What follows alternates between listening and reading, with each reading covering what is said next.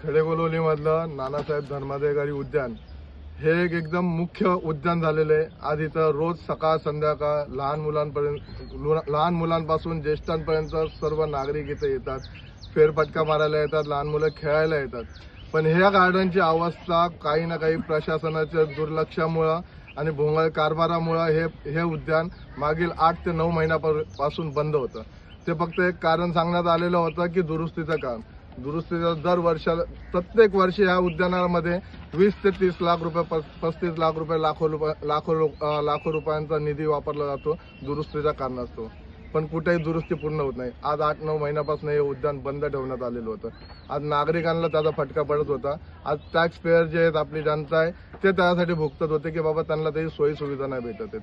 तर आज आम्ही मागील अनेक महिन्यापासून राजकल्याण पार्टीतर्फे झाला, शिवसेना उद्धव बाळासाहेब ठाकरे पक्षातर्फे, प्रहार पक्षातर्फे आज आम्ही इथे आंदोलन केलेले आहे। महानगरपालिकेचे अधिकारी स्वतः येऊन त्यांनी पण आंदोलनाची दखल घेतली आणि हे उद्यान आजपासून नागरिकांसाठी खुले करण्यात आलेले आहे। तर